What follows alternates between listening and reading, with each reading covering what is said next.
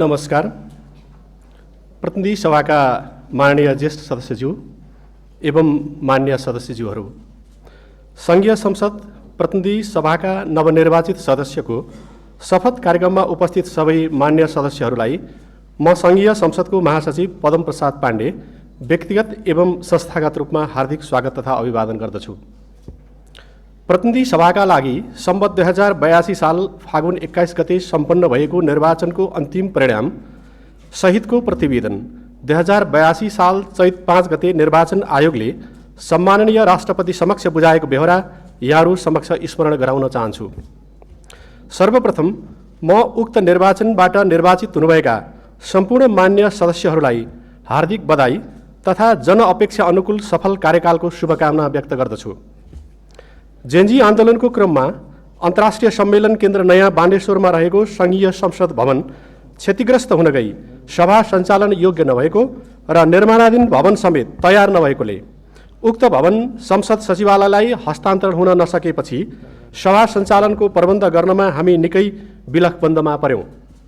विभिन्न निकाय तथा पदाधिकारीहरूसँगको पटक पटकको छलफल, पत्राचार, भेटघाट एवं दबावमूलक कार्यबाट समेत निर्माणाधीन भवनको सभाहाल संसद सचिवालयलाई हस्तान्तरण हुन सकेन। विभिन्न विकल्पहरूको खोजीपछि आज हामी उपस्थित भएको यो बहुउद्देश्यीय हललाई नै शपथ कार्यक्रम र अल्पकालीन रूपमा सभा सञ्चालनका लागि तयार गर्ने निर्णय भए अनुरूप हतार हतारमा यो हल र हलभित्रको संरचना तयार गरिएको छ।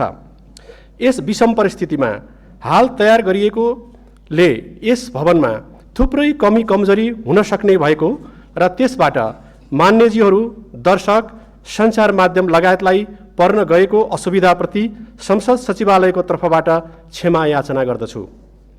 नेपालको संविधानको धारा 88 मा संघीय संसदको प्रत्येक सदनका सदस्यले सदन वा समितिको बैठकमा पहिलोपटक भाग लिनु अघि संघीय कानुन बमोजिम शपथ लिनुपर्ने व्यवस्था गरिएको छ।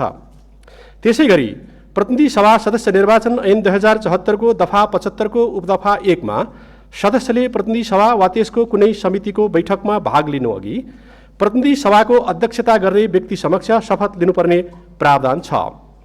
नेपालको संविधानको धारा 91 को उपधारा 5 मा व्यवस्था भएअनुसार सभामुख र उपसभामुखको निर्वाचन नभएको अवस्थामा प्रतिनिधि सभाको बैठकको अध्यक्षता गर्नुहुने सभाको ज्येष्ठ सदस्य माननीय अर्जुन नरसिंह केसीले सम्माननीय राष्ट्रपति समक्ष मिति 2082 चैत 11 गते शपथ लिइसक्नु भएको बेहोरा यहाँहरूको जानकारीका लागि अनुरोध गर्दछु र आज अन्य सदस्यहरूले नेपालको संविधानको धारा 88 तथा प्रतिनिधि सभा सदस्य निर्वाचन ऐन 2074 को दफा 75 को उपदफा 1 को प्रावधान बमोजिम ज्येष्ठ सदस्य समक्ष शपथ लिने कार्यक्रममा यहाँहरू उपस्थित हुनुभएको बेहोरा जानकारीका लागि अनुरोध गर्दछु।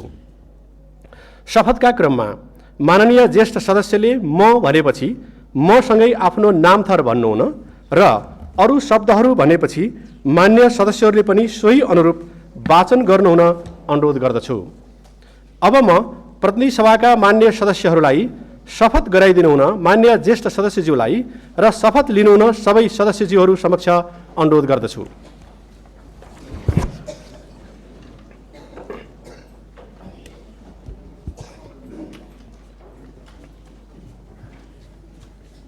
म मुलुक र जनताप्रति पूर्ण वफादार रही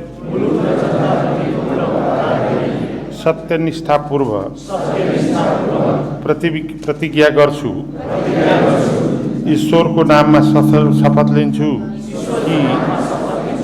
कि नेपालको सार्वभौम सत्ता, राजकीय सत्ता नेपाली जनतामा रहेको नेपालको संविधानप्रति पूर्ण वफादार रहँदै प्रतिनिधि सभाको सदस्य पदको कामकाज प्रचलित कानुनको अधीनमा रही मुलुक र जनताको सोझो चिताई कसैको डर नमानी पक्षपात नगरी पूर्वाग्रह वा खराब भावना नलिई पदीय गोपनीयता कायम राखी ईमानदारीता साथ काम गर्नेछु। धन्यवाद।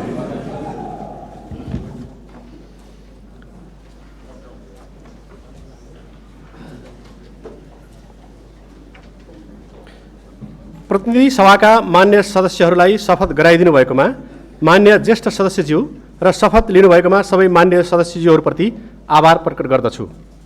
मान्य सदस्यज्यूहरूलाई शपथ पत्रमा आफ्नो नाम, थर र मिति लेखी हस्ताक्षर गरिदिनु हुन अनुरोध गर्दछु। मातृभाषामा शपथ लिनुभएका सदस्यहरूलाई मातृभाषा र नेपाली भाषाका दुवै शपथ पत्रमा आफ्नो नाम र मिति लेखी हस्ताक्षर गरिदिनु हुन अनुरोध गर्दछु। मान्य सदस्यहरूलाई आफ्नो शपथको फाइल यस कक्षको बाहिरको करिडोरमा बसेका सचिवालयका कर्मचारीहरूलाई बुझाई सङ्घीय संसदको लोगो र ब्याग त्यहीँबाट प्राप्त गर्नुहुन अनुरोध गर्दै मान्य ज्येष्ठ सदस्यज्यूको अनुमतिले यो कार्यक्रम यहीँ समाप्त भएको बेहोरा जानकारीका लागि अनुरोध गर्दछु। धन्यवाद।